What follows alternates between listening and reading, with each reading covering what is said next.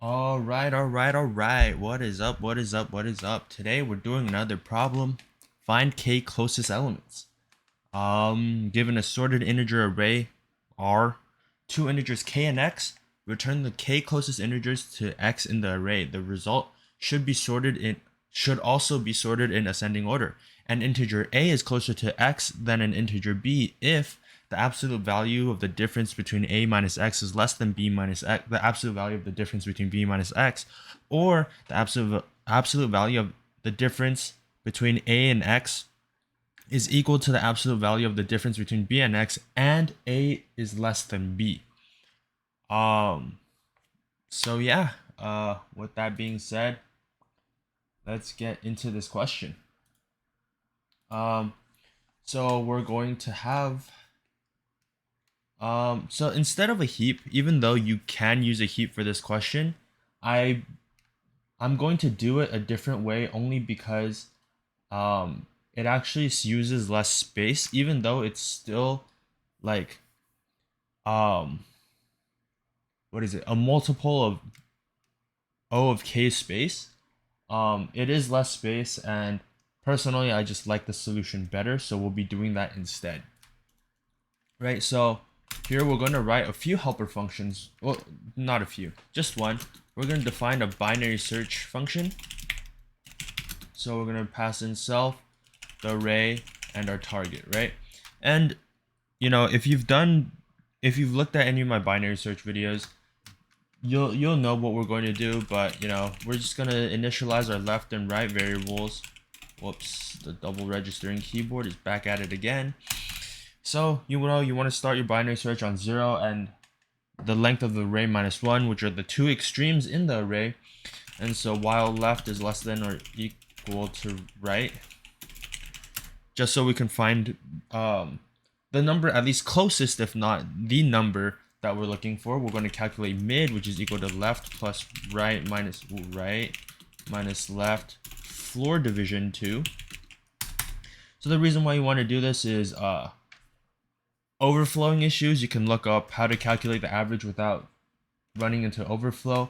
I'm not going to explain it because in most of my binary search videos I did explain it. You can go watch it there, or you can just do a quick Google search. If you're doing problems like these, I'm assuming you are at least somewhat familiar with google.com, and you could probably search it up yourself. So with that being said, I really don't want to explain it. It's also not the main focus of this video, so I'll just leave it at that.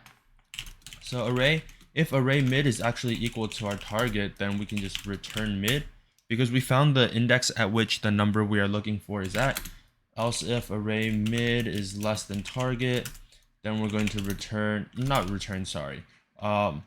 if it's less than, then we need to move left to the right. So we're going to do left is equal to mid plus 1, and else this would just be our mid is greater than target, because we've gotten the equal case and the less than case handled for. So now right is equal to mid minus 1. And so here we're going to do a slight modification to our binary search. If left is greater than 0, then we're just going to return left minus 1, and then else we're just going to return left. The reasoning for this is because we're going to be using a two-pointer approach in order to find our sorted integer array, or like our result, right? So this, you can do left minus 1, or in the area later on, you can just do like plus 1 to like the index that is returned. It's up to you. I guess this is just easier for me to do, so that's what I'm going to do. I'm also going to import something that I forgot to import at the start of the video, but we haven't gotten there yet, so it doesn't really matter. Here we're going to have index is equal to self.binary search array and x, which is our target.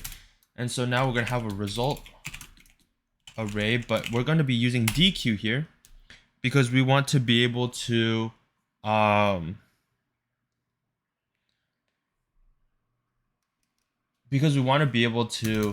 append left and append right. So deque allows us to do that. A regular array or list in Python does not allow us to do that. So we want to use deque here. So here we want to initialize a left and right, not to be confused with this left and right, because this left and right is restricted within the bounds of this method. This left and right is restricted within the bounds of this method. Since they're different, we can reuse the variable names, right? So here we're going to do index and index plus 1. So now these are the two pointers that we're going to be using in order to compare the A and the B and then find out which one we want to append, right? So while the length of result is less than k, we want to keep putting numbers in, right? So now first, if left is greater than or equal to 0, because we want to check left is on a valid bound, and right is less than the length of array, we want to check the distance. Actually, so here we're going to do our length is equal to length of array. I'm not sure exactly, I probably have to look this up myself. I'm pretty sure getting the length of the array is also an O of 1 time method, but just to make sure, we can just store it. Since this is considered constant space, we can just use it constantly and that'll be fine. So we'll do a length 1, or like it doesn't really matter. You can do a length 1, length 2, whatever, just to get your two comparisons, right? So you want absolute value of array left minus x, right? And we're going to repeat it again for length 2 is absolute value of array right minus x, right? Now if length 1 is less than or equal to length 2, then we want to do result.append left array left, and then left minus equals 1, because we want to move the bound to the left, right? Because left is the left pointer. We want to move it to the left in order to see a new number. If we move it to the right, then we'll see numbers that we've already seen. And then else, we want to do a result.append array right, and right plus equals 1. And the reason why we do less than or equals to here is to satisfy this condition, right? If the length is equal, length 1 is the left number, and that's what they want us to do. A is less than B, right?